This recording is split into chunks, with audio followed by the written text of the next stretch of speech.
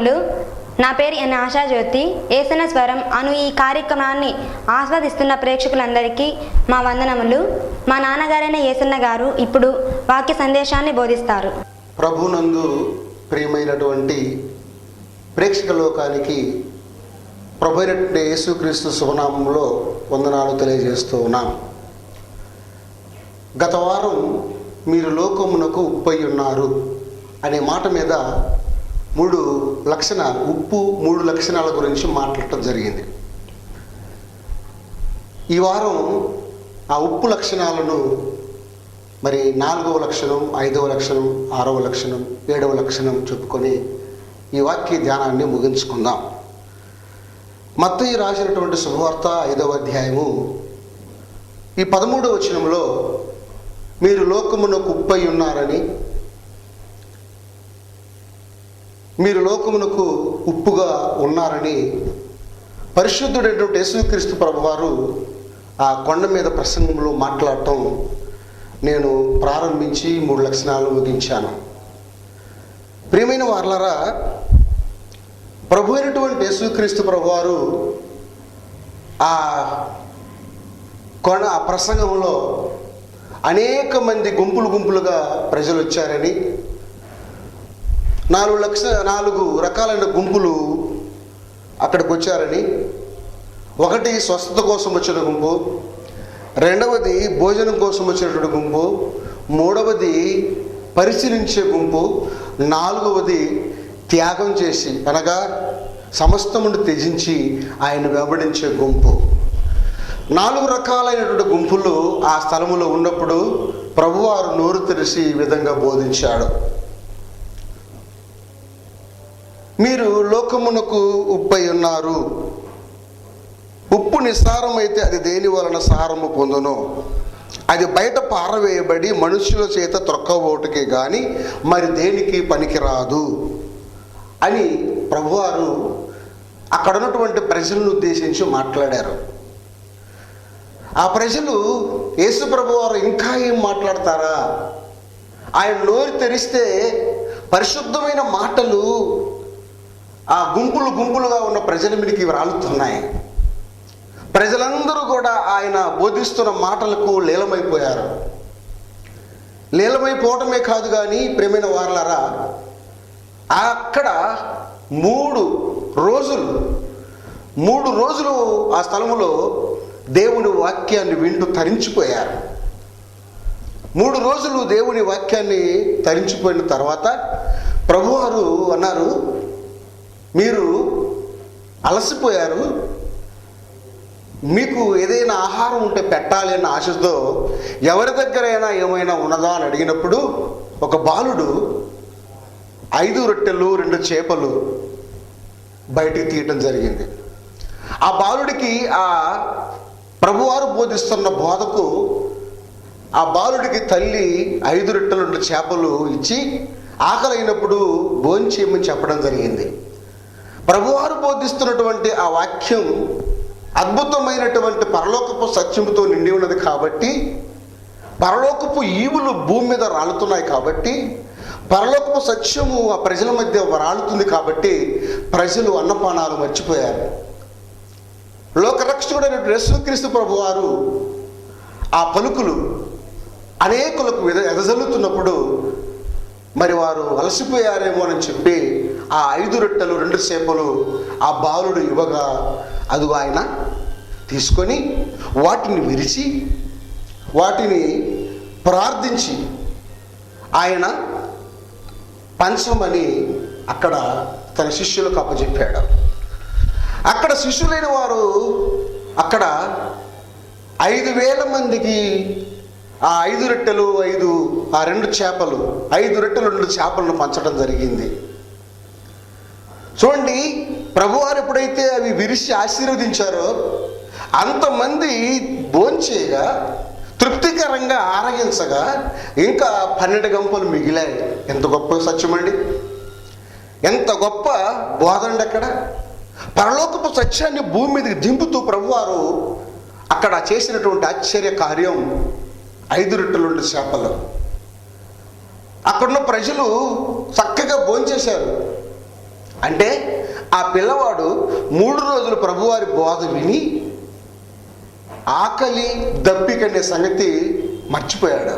అంటే అక్కడ ప్రజలందరూ కూడా 3 రోజులు ఆకలి దప్పులు మర్చిపోయి ఆ ఎత్తైనటువంటి ఆ దూరం, ఆ గ్రామాలకు వెలుపల ఆయన బోధిస్తున్నటువంటి ఆ బోధకు, ఆయన చేసినటువంటి ఆ కొండ మీద ఆయన కూర్చొని బోధించినటువంటి ఆ బోధకు ఆశపడి తరించి అక్కడ ప్రజలు దేవుని యొక్క పరలోక రాజ్యాన్ని గణపరిచారు. దేవుని స్తోత్రం కలుగునుగాక. గమనించినైతే ప్రియమైన వారలారా, నేను 7 లక్షణాలు కలిగిన ఉప్పు విషయమై నేను జ్ఞాపకం చేస్తున్నాను. ఒకటి వచ్చేసి ఉప్పు సముద్రం నుండి వేరు చేస్తూ ఉందని, సముద్రం లోకమని, ఉప్పు పరిశుద్ధమైనటువంటిది అని, అదేవిధంగా ఉప్పు కరిగిపోతుందని 2వ లక్షణం గురించి కూడా చెప్పాను. ప్రజల్లో ప్రభువారు పరలోకములో నుండి వచ్చినటువంటి ప్రభువారు కలిసిపోయారు, కరిగిపోయారు. 2వది కరిగిపోయారు. 3వ లక్షణము కలిసి అనేకుల మధ్య ఆయన నివసించి గొప్ప సత్యాన్ని ఉప్పులాగా మీరు ఉండండి అని చెప్పడమే కాదు, కానీ నీచు అనే ఆ పాపాన్ని, 4వ లక్షణము, ఉప్పు నీచు పదార్థాన్ని దూరపరుస్తుంది కదా. అంటే నీచు అనే పాపాన్ని ప్రభువారు కడిగేసుకొని మీరు రండి నా వలే పరిశుద్ధుల ఉండి అన్న ఆ 4 లక్షణాల గురించి గత వార ఎపిసోడ్లో నేను బోధించాను. ఇప్పుడు 5వ లక్షణం జాగ్రత్తగా గమనించండి. కొలసీలకు రాసిన పత్రిక, మీరు లోకమునకు ఉప్పై ఉన్నారు అన్న విషయాన్ని ఈరోజు మనం ధ్యానం చేస్తున్నాం. కొలసీలకు రాసిన పత్రిక 4వ అధ్యాయము 6వ వచనం, ప్రతి మనుష్యునికి ఎలాగూ ప్రత్యుత్తరం ఇవ్వవలెనో అది మీకు తెలుసుకొనుటకు మీ సంభాషణ ఉప్పు వేసినట్లు ఎల్లప్పుడూ రుచి కలిగినదిగాను కృపాసహితముగాను ఉండనివుడి. ప్రియమైనటువంటి దేవుని బిడ్డలారా, గమనించండి.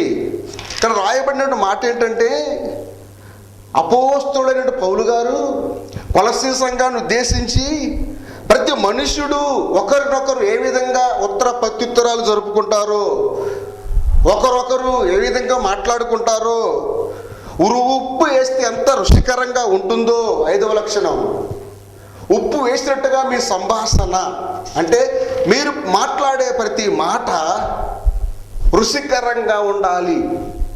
ప్రజలకు సంబంధాన్ని పెంచుతున్నాడు ప్రభువారు. ప్రజలు ఒకరొకరు మాట్లాడుకున్నప్పుడు సంతోషంగా ముందుకు వెళ్ళండి అని ఆయన నేర్పుతున్నాడు. ఎల్లప్పుడూ ఒకరి మాట ఒకరు సంభాషించుకున్నప్పుడు, ఒకరినొకరు మాట్లాడుకొనుచున్నప్పుడు మీరు ఎట్లా ఉప్పులాగా రుచికరంగా మాట్లాడుకోండి. అతి దగ్గరగా పరలోక రాజ్యం ఉంది. పరలోక రాజ్య సత్యాన్ని భూమి మీద ఆయన బయలుపరుస్తున్నారు. ప్రియులారా, గమనిస్తే ఉప్పు ఎక్కడ వేసినా రుచి. పచ్చడి దంచుతూ, పచ్చడిలో ఉప్పు లేకపోతే రుచి లేదు.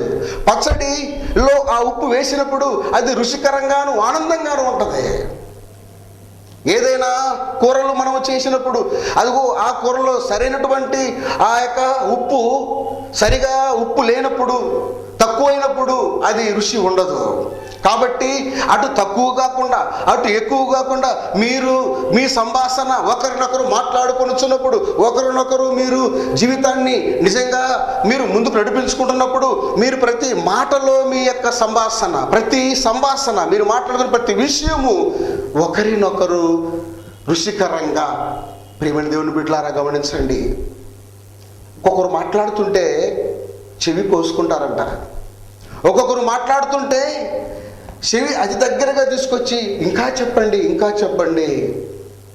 అలాగే ప్రభు అయిన యేసుక్రీస్తు ప్రభుల వారు ఈ లోకములో, ప్రియమైన దేవుని బిడ్డలారా, ఈ లోకములో ఆయన బోధిస్తున్నప్పుడు, ఈ లోకములో ఆయన అక్కడ ఉప్పు వేసినట్టుగా సంభాషిస్తున్నప్పుడు లోకములో ప్రజలందరూ కూడా గుంపులుగా స్థలములో చేరి ఆ దేవుని యొక్క వాక్యాన్ని అనుసరించిన దాన్ని బట్టి వారు 3 దినములు అన్నపానములు లేకుండా సంతోషంగా ఆనందంగా వారు పరలోకపు సత్య పరలోక రాజ్యాన్ని వారు విని, రాజ్య విషయాలన్నీ కూడా వారు పొందుకొని వారి యొక్క గ్రామాలకు వెళ్ళినప్పుడు సంతోషపడ్డారు. దేవుడు ఈ లోకమునికి ఎలా వచ్చాడో తెలుసా?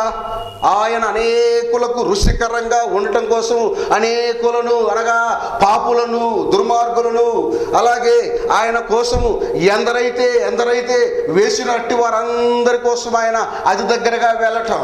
మరి ముఖ్యంగా చూస్తే ప్రియమైన వారలారా, జక్కయ్య మేడి చెట్టు ఎక్కాడు. జక్కయ్య మేడి చెట్టు ఎక్కినప్పుడు ప్రభువారు అన్నారు, జక్కయ్య మీరు దిగండి అన్నాడు.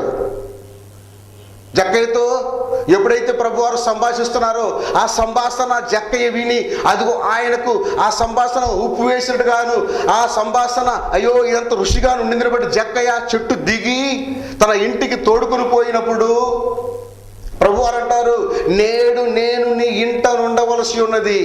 దానికి స్తోత్రం కలుగును గాక.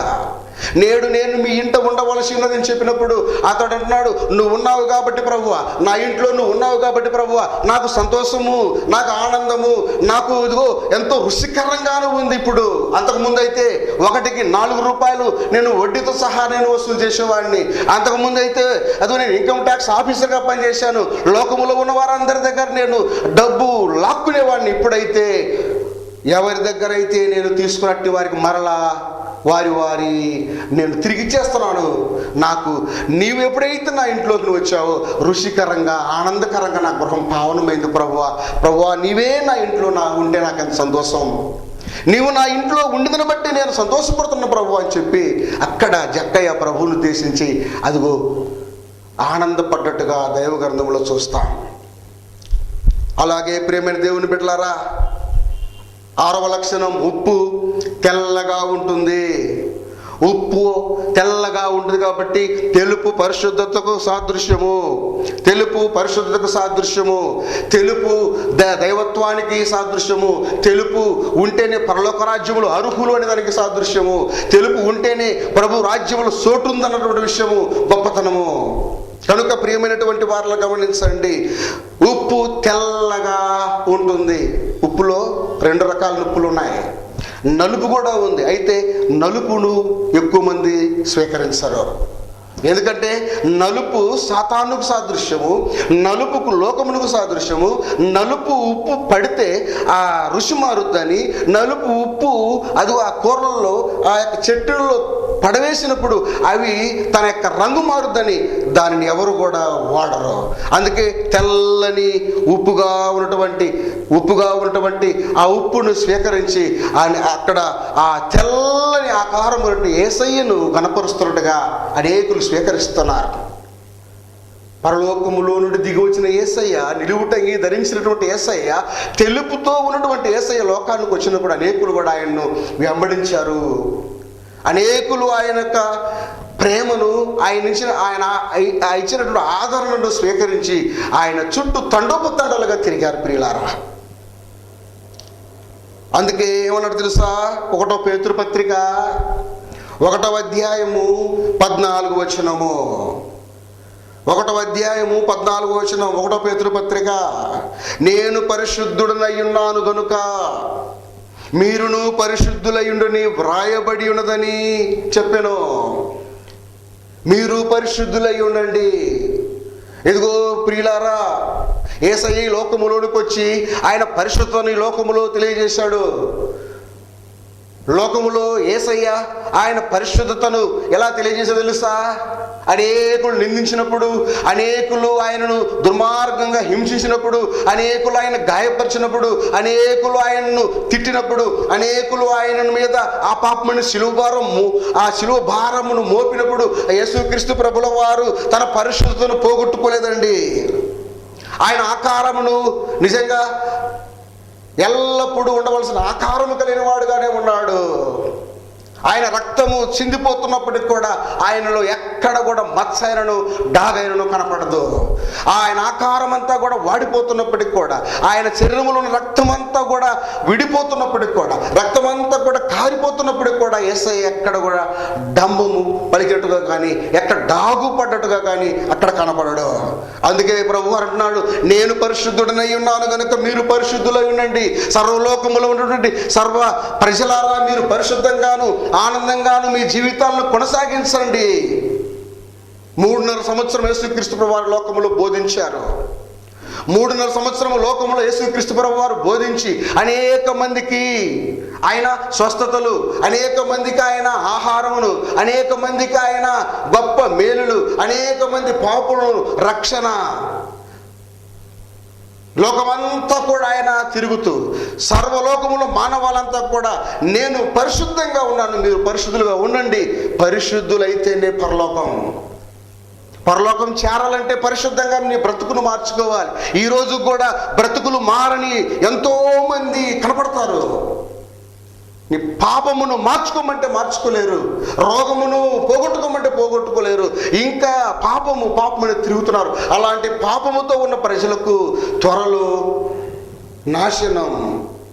పాపములో కుమిలిపోతున్న వారు ఇదిగో సాతానుకు అప్పచెప్పబడతారు, సాతాను లోకములో ఉండిపోతారు, వారు నిత్య అగ్నిలో కాల్చబడతారు. కాబట్టి అదిగో పరలోక రాజ్యాన్ని ప్రకటించబడుతూ పరలోక రాజ్యాన్ని వారిని ముందుకు తెస్తూ తెల్లని ఆ మహాపరుషుడిని యేసుక్రీస్తు వారు మన వద్దకు వస్తుంటే ఆయన మాటలు వినటానికి ఎంత దూరంగా ఉన్నటువంటి ప్రజలు కనపడతారో. సర్వలోకములు ఉన్న ప్రజలారా మీరు నా యొద్దకు రండి అని ప్రభువారు మాట్లాడతారు. సర్వలోకములు ఉన్నటువంటి ఆ నివాసులారా మీరు నా యొద్దకు రండి అని ప్రభువారు మాట్లాడుతున్నారు. అలా మాట్లాడినప్పుడు ప్రియమైన వారలారా, ఆ పరిశుద్ధుడైనటువంటి యేసయ్య దగ్గరకు వెళ్ళిన వారు కొందరే, ఆయనతో ఉన్నవారు కొందరే. 4 రకాలైన గుంపులు ఆయనను వెంబడించినప్పటికి కూడా తిరిగిపోయేవారు ఉన్నారు, స్వస్థపడిపోయేవారు ఉన్నారు, పరిశీలించేవారు ఉన్నారు, హత్తుకొని జీవించేవారు ఉన్నారు. హత్తుకొని జీవించేవారే ఆయన్ని వెంబడించారు, కానీ స్వస్థతలు పొందిన వారు వెళ్ళిపోయారు. భోజనం పెట్టినప్పుడు భోంచేసి వెళ్ళిపోయారు. పరిశీలన చేయడానికి వచ్చినటువంటి వారు దూరంగా ఉండి ఆయన్ను ఎక్కడ తప్పు పడదామని పరిశీలిస్తూనే ఉన్నారు. ఆయన హత్తుకొని జీవించేవారు కొందరు కనపడుతున్నారు. ఏ గుంపులో ఉన్నారు మీరు? హత్తుకొని జీవించే గుంపులో ఉన్నారా? లేకపోతే ఏళ్ళకు చూపేవారు ఉన్నారా? 7వ లక్షణం ప్రేమిన వారిలా గమనించండి. ఉప్పు బహు సవక. గమనించండి, కిరాణా షాపుల్లోకి వెళ్ళిపోతే ఆ ఉప్పు యొక్క ఆ బస్తా, ఆ ఉప్పు బస్తాలు తీసుకెళ్ళి ఒక మూలన పడేస్తారు. యేసుక్రీస్తు ప్రభు వారు కూడా ఈ లోకములోకి వచ్చినప్పుడు, నా ప్రభు అయినటువంటి యేసుక్రీస్తు వారి లోకములోకి వచ్చినప్పుడు ఆయన్ను చాలా తీసివేశారు. ఈయన వడ్లవాణి కుమారుడు కాదా, మరియమ్మ సుతుడు కాడా, అదుగో అక్కడ చెక్క పని చేసే వారి యొక్క బిడ్డ కాడా అని ఆయన్ను చాలా తక్కువ అంచనా వేసిన వారు ఉన్నారు, చాలా దూరంగా ఉంచిన వారు ఉన్నారు. చాలా మంది లాస్ట్ తన యొక్క దగ్గరగా ఉన్నటువంటి రక్త సంబంధికులుగా ఇశ్రాయేలు ప్రజలు, లేక వాక్యము తెలిసినటువంటి పరిశీలన శాస్త్రులు కూడా ఆయనకు దూరంగా ఉంచారు. అంటే లోకములోనికి బహు తెల్లని ఆకారము కలిగిన వాడుగా లోకములోకి వచ్చినట్టు నా యేసయ్యను బహు చౌకగా చూశారు. ప్రేమిన వారలారా, ఎప్పుడైతే ఇదిగో ఈ లోకములో మానవ పాపాన్ని అంతా కూడా తను భరించుకుంటూ సిలువ మోసాడు, సిలువ మోసి ఆయన మృత్యువుని గెలిచి తిరిగి లేచాడు, అప్పుడే ఆ మహాదేవుని గొప్ప స్వరూపం, పరిశుద్ధుడైన మహాదేవుని స్వరూపం బయటకు వచ్చింది. అందుకే ప్రకటన గ్రంథకర్త ఒక మాట అంటాడు, 1వ అధ్యాయం 6వ వచనములో చూడండి. ప్రకటన గ్రంథం 1వ అధ్యాయం 6వ వచనం, మనల్ని ప్రేమించుచు మన రక్తం వలన మన పాపముల నుండి మనలను విడిపించిన వానికి మహిమా ప్రభావములు యుగ యుగములు ఉండునుగాక. లోకములోనికి సౌకగా వచ్చినటువంటి వడ్లవాణి కుమారుడుగా వచ్చినటువంటి యేసయ్య ఎప్పుడైతే శిలువ రక్తమును, ప్రియమైన వారలారా, ఆ క్రాసులో వేలాడదీయబడ్డాడు, ఆ శిలువలో వేలాడదీయబడ్డాడు, బహు తక్కువ వానిగా మరణాల్లో చాలా లాస్ట్ మరణమైనటువంటి శిలువ మరణమును తీసుకున్నవాడుగా. యూదులు ఆనాడు శిలువ అనేది లాస్ట్ మరణం. యేసుక్రీస్తు పరిశుద్ధుడై ఉన్నాడు, ఆయన మహా గొప్పవాడై ఉన్నాడు, ఆయన అనేక స్వస్థతలు చేశాడు, అనేకమైన గొప్ప అద్భుతాలు చేశాడు, ఆశ్చర్యకారాలు చేశాడు, పాపికి రక్షణ ఇచ్చాడు, దుష్టులైన వారిని సారదీశాడు. అలాంటి గొప్ప దేవుడైనటువంటి యేసుక్రీస్తు ప్రభుల వారిని తక్కువ అంచనా వేసి ఆయనను శిలువకు అప్పచెప్పారు. ఆ శిలువలో మహాదేవుడు అన్నాడు కదా. ప్రియ దేవుని బిడ్డలారా, ఆ మహాదేవుడు పలికినటువంటి 7 మాటల్లో ఒక మాట అన్నాడు, వీరేమి చేయుచున్నారో వీరెరుగరు. తండ్రి, తన తండ్రి అయినటువంటి దేవుణ్ణి తను ఈ లోకములోనికి ఏ విధంగా వచ్చాడో పంపినటువంటి మా ప్రభుల వారిని, మహాదేవుణ్ణి, యెహోవా తండ్రి అయిన దేవా, ఓ గొప్ప దేవా, నేను పాపముల నిమిత్తము ఈ శిలువలో వేలాడదీయబడుతున్నాను. వీరు చేస్తున్నటువంటి తప్పులు, వీరు చేసిన పాపములు, వీరేమి చేయుచున్నారో వీరెరుగరు గనుక వీరిని క్షమించుము. వీరేమి చేయుచున్నారో వీరు వెరుగరు, వీరిని క్షమించమంటే ఇంకా ఆఖరి రక్త బొట్టు కారుస్తూ కూడా లోకములో ఉన్న మానవుల కోసం తన ఋషిని బయలుపరుస్తున్నాడు, తన పరిశుద్ధతను బయలుపరుస్తున్నాడు, తన ప్రేమను చాటుచున్నాడు, తన త్యాగాన్ని నిజంగా లోకానికి తెలియజేస్తున్నాడు. తన త్యాగానికి కూడా హద్దులు ఉండాలి అంటారు. త్యాగానికి కూడా హద్దులు ఉన్నాయి. కానీ నా యేసయ్య, మన దేవుడైనటువంటి యేసయ్య ఇదిగో ఈ లోకంలో శిలువ త్యాగం చేసి మానవాళ్ళందరినీ కూడా ఉద్ధరించడం కోసం బహుసౌకగా కనపడ్డాడు. 7 లక్షణాలు ఉప్పు మహాపరిశుద్ధుడైనటువంటి యేసయ్య అద్భుతమైనటువంటి పరిశుద్ధత కలిగినట్టుగా కనపడుతుంది. అందుకే ఉప్పు సముద్రం నుండి అంటే లోకములో నుండి వేరు చేయబడాలి అంటే విశ్వాసి లోకములో నుండి పుట్టాలి. లోకములో ఉన్నటువంటి లోక స్త్రీ విశ్వాసిగా మారాలి. నేను పరిశుద్ధుడను, మీరు కూడా పరిశుద్ధులుగా ఉండి దైవ దీవెనలు పొందాలని దేవుని వాక్యం చాలా తెలియజేస్తుంది. ఈ రాత్రి కాల వేళలో గమనించండి ప్రియమైన వారలారా, గమనించండి. ఈ లోకములోనికి నా దేవుడైనటువంటి యేసయ్య వచ్చి అనేక మందిని శుద్ధి చేసి, అనేక మందిని కాపాడి, అనేక మందిని ఈ లోకములో నుండి పరలోక రాజ్యములోనికి ఎత్తడం కోసము ఆయన ఈ లోక గొప్ప తన అద్భుతమైనటువంటి క్రియలు బయలుపరిచాడు. పరలోకపు దేవుడు భూమి మీదకి వచ్చాడు. నీవు కూడా ఎలా ఉండాలి? అందుకే ప్రభువు అంటున్నారు, మీరు లోకమునకు పై ఉన్నారు, నేను కూడా పరిశుద్ధున్న కనుక మీరు కూడా పరిశుద్ధులయ్యున్నారు. మీరు పవిత్రంగాను పరిశుద్ధంగాను పవిత్రత కలిగినటువంటి వారిగాను మీరు కూడా మీ జీవితంలో విశ్వాస జీవితాన్ని అనగా రక్షణ అనగా మీరు గొప్ప అద్భుతమైనటువంటి పరలోకపు స్వాస్థ్యాన్ని పొందాలని దేవుడు మీరు లోకమునకు ఉప్పై ఉన్నారని చెప్పి, కాబట్టి ఓ సోదరి సోదరుడా, లోకంలో మీరు ఉన్నటువంటి మీరు ఆయన ప్రియ కుమారులు, ఆయన పరిశుద్ధుడు, ఆయన గొప్ప దేవుడు. కాబట్టి మీరు కూడా ఆయనలాగా పరిశుద్ధతతో పవిత్రతతో గొప్ప పరలోక రాజ్యాన్ని సంపాదించుకోవాలని దేవుడు మాట్లాడుతున్నాడు. దేవుడి మాటలు మన వినికిడిలో దీవించునుగాక. ఆమేన్. ప్రియమైన వారలారా, ఇదిగో ఈ యొక్క వాక్య భాగాలను అందిస్తున్నటువంటి మేము అనేకులు మారాలని, అనేకులు ముందుకు నడవాలని కోరుకుంటున్నాం. మా అడ్రస్కు లెటర్ రాయండి. మా సెల్ నెంబర్స్ మీకు స్క్రీన్లో కనపడుతున్నాయి. మా సెల్ నెంబర్స్ తీసుకొని మీరు ఫోన్లు చేయండి. ఉత్తర పత్రికలు నిలబండి. ఏదైనా అస్వస్థతలు, ఏదైనా దయ్యములతో పీడించబడుతూ, రోగములతో, ఈ లోక సంబంధమైనటువంటి పాపంతో ఉంటే మాకు ఫోన్ చేయండి. మీకోసం ప్రార్థన చేస్తాం. మీకోసం దేవుని ఆ అద్భుతమైనటువంటి ఆ శక్తి తాకి మిమ్మల్ని స్వస్థపరచబడుతూ దేవుడు స్వస్థపరుస్తాడు. కాబట్టి మీకోసం ప్రార్థన చేస్తాం. కాబట్టి మీరు దేవునికి పెదగాల ప్రభుత్వం మనం చేస్తున్నాం. ప్రార్థన పరిశుద్ధుడానికి వందనాలు. ఈ వాక్య భాగాలు అందిస్తున్న మేము భారంతో అందిస్తున్నప్పటికీ నీ శక్తి, నీ గొప్ప ఆ అద్భుతమైనటువంటి దీవెనలు మాకు ఉన్నాయి కాబట్టి మేము నడిపిస్తున్నాం.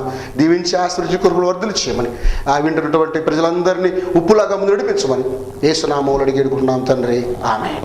మా ఈ టీవీ కార్యక్రమంను ఇంతవరకు శ్రద్ధగా విన్న మీకు మా వందనములు.